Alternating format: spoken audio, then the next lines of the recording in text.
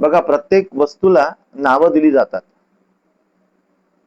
व्यक्ती असो, एखादा पदार्थ असो, एखादं ठिकाण असो, एखादं स्थळ असो, एखादा खेळ असो, भाज्या आहेत, धान्य आहेत, या सगळ्या गोष्टींची कसं आहे, नावं आहेत. त्यांना एक विशेष नाव दिल्या गेलेलं आहे. त्या नावाने आपल्याला ती व्यक्ती, ती वस्तू, ते ठिकाण, ते स्थळ, त्या गोष्टी आपल्याला सहज लक्षात येतात. नाव नाही दिलं गेलं असतं तर मग काय केलं असतं? एक गोंधळ तयार झाला असता. कोणाला कोणत्या नावाने बोलवायचं, त्याला ओळखायचं कसं हे जमलं नसतं. म्हणून प्रत्येक वस्तूला, प्रत्येक गोष्टीला, प्रत्येक घटनेला, प्रत्येक स्थळाला नावं दिल्या गेलेली आहेत. मग या नावांचे वर्गही पडतात. मग त्या वर्गानुसार आपल्याला त्याचं वर्गीकरण करता येतं. आता देश म्हटलं, देशाकरता शब्द कोणता आहे तर कंट्री. तर कंट्री हे कॉमन नाउन आहे, कारण की जगामध्ये असे बरेचसे देश आहेत, त्यांची आपापली नावे आहेत. जसं आपण भारतात राहतो तर भारत आपल्या देशाचं नाव आहे. आपल्या बाजूला पाकिस्तान हा देश आहे, पाकिस्तान त्या देशाचं नाव आहे. आपल्या बाजूला भूटान आहे, भूटान त्या देशाचं नाव आहे. आपल्या बाजूला श्रीलंका आहे, श्रीलंका आहे त्या देशाचं नाव आहे. पण सगळे हे कंट्री आहे. अफगाणिस्तान ही एक कंट्री आहे, रशिया ही एक कंट्री आहे, अमेरिका ही एक कंट्री आहे, इंग्लंड एक कंट्री आहे. हे सगळे कॉमन मध्ये आपण त्यांना कंट्री म्हणतो. तर कॉमन कंट्री झालं. कंट्री हे हा शब्द कॉमन झाला. आणि त्या देशांची जी नावं आहेत ते म्हणजे काय झालं, ते त्यांचं प्रॉपर नाव झालं. मग त्या देशांमध्ये कोण राहतं तर लोक राहतं, बरोबर. तर लोकांना काय शब्द आहे, पीपल. मग वेगवेगळ्या प्रकारचे लोक राहतात, मग त्यांची एक विशेष नाव आहेत, प्रॉपर नाव आहेत. आलं लक्षात? तर पीपल हा शब्द काय झाला, कॉमन झाला. पीपल हा शब्द कॉमन झाला. मग त्यांची जी वेगवेगळी नावं आहेत ती त्यांची प्रॉपर नावं झाली. आता भाजीपाला आहेत, तर भाजीपाला कितीतरी प्रकारचा येतो. भेंड्या येतात, भेंड्याला आपण लेडी फिंगर बनतो. कोबी येते, कॅबेज बनतो. पत्ता कोबी येते, कवलीफ्लावर बनतो. चिली येते, मिरची बनतो. अशा कितीतरीच भाज्या आहेत.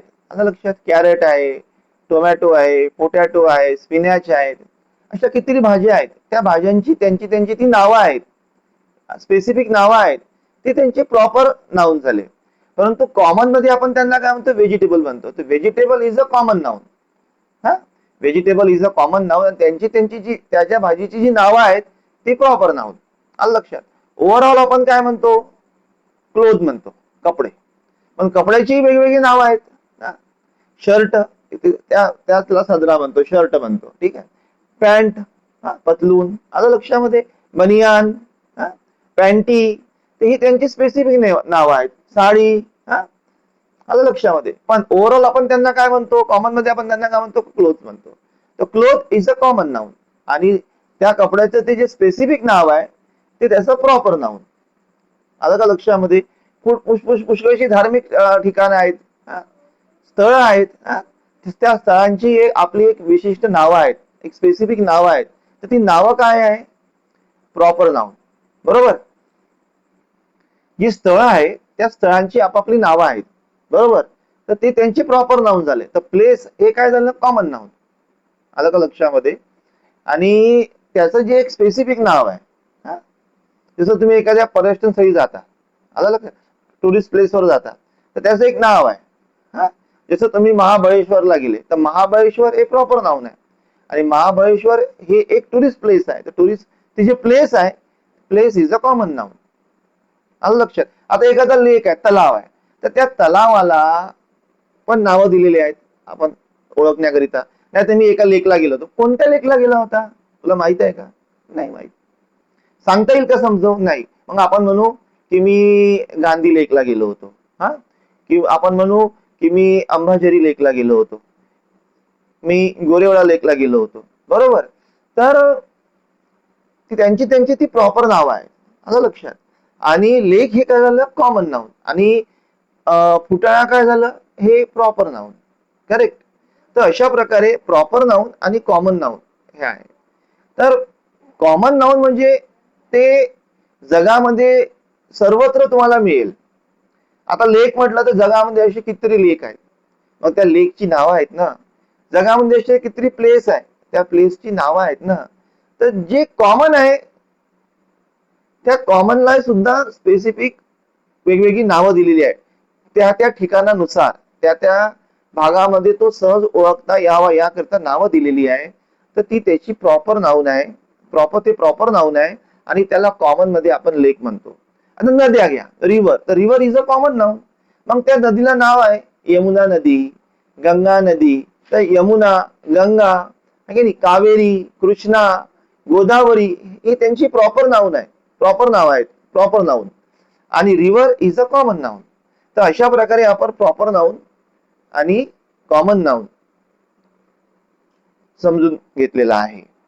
त्याच्या पुढे आपण जातो म्हटलं नाऊन मध्ये, तर काउंटेबल नाऊन आहे, अनकाउंटेबल नाऊन आहे. आता काउंटेबल नाऊन म्हणजे कोणते?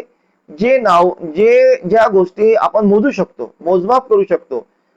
The things, the object, the facts which can be counted, countable. Which cannot be counted, uncountable. ज्या गोष्टी आपल्याला मोजमाप करता येतात त्या काउंटेबल, आणि ज्यांची मोजमाप होत नाही त्या अनकाउंटेबल. आता कसं आहे की कंचे, गोलीज ते मोजता येतात, काउंटेबल आहे. आलं का लक्षामध्ये? बॉटल्स आपण मोजू शकतो, काउंटेबल आहेत. पुस्तकं, बुक्स कॅन बी काउंटेड, मोजता येतात, काउंटेबल आहेत. आलं का लक्षात? आणि ज्या मोजता येत नाही त्या अनकाउंटेबल आहे. Water cannot be counted, uncountable. Air cannot be counted, uncountable. Hair cannot be counted, uncountable. Dust cannot be counted, uncountable. आलं का लक्षामध्ये? कलेक्टिव्ह आहे, नंतर कलेक्टिव्ह नाउन आहे. कलेक्टिव्ह नाउन म्हणजे कसं आहे? तर family is a group of people, है ना. Family is a group of people, तर family is a collective noun. Team is a group of player, team is a collective noun. Class is a collective noun. In this way, the things which can be counted, countable, which cannot be counted, uncountable. Understood? Huh?